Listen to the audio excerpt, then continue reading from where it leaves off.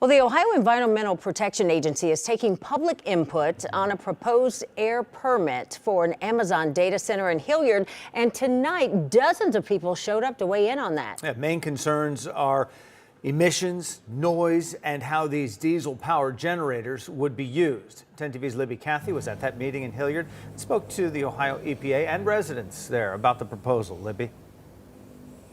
Yeah, Jeff, Yolanda, when it comes to that Amazon data center complex just down the road from here, we've heard a range of concerns. So tonight, the Ohio EPA holding a public hearing on that air emissions permit.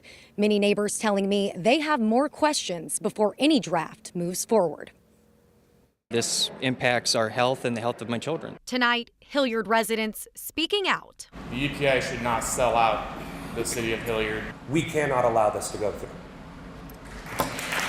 At a public hearing held by the Ohio EPA focused on an air emissions permit for this Amazon data center. The draft permit would allow for 158 Tier 2 diesel generators, which emit pollution when running. We want to make sure that, that they're held to account, that what they're saying that they expect these generators to emit is what we actually have floating around in the air that we're breathing in. Amazon says the backup generators run only about 10 hours a year, primarily for testing, and that they comply with all environmental standards. But some residents questioning how that's defined. And it's hard to say, how much are these generators going to run, because they are polluting and they do make a lot of noise. Others also pushing for the permit to require cleaner generators be used. The EPA must require and make it mandatory to make Tier 4 generators at data centers, as this is the best way to protect the public health. And while some residents wanted answers tonight, the format didn't include a question and answer session.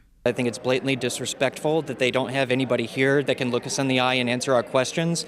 This could have been an online forum. We wanted to make sure that there was adequate time for everybody to speak. And if we have a lot of Q&A going on, that tends to divert from receiving the comments. And the Ohio EPA is taking public comment on this through next Wednesday at 5 p.m. Reporting live in Hilliard, Libby Cathy, 10 TV News.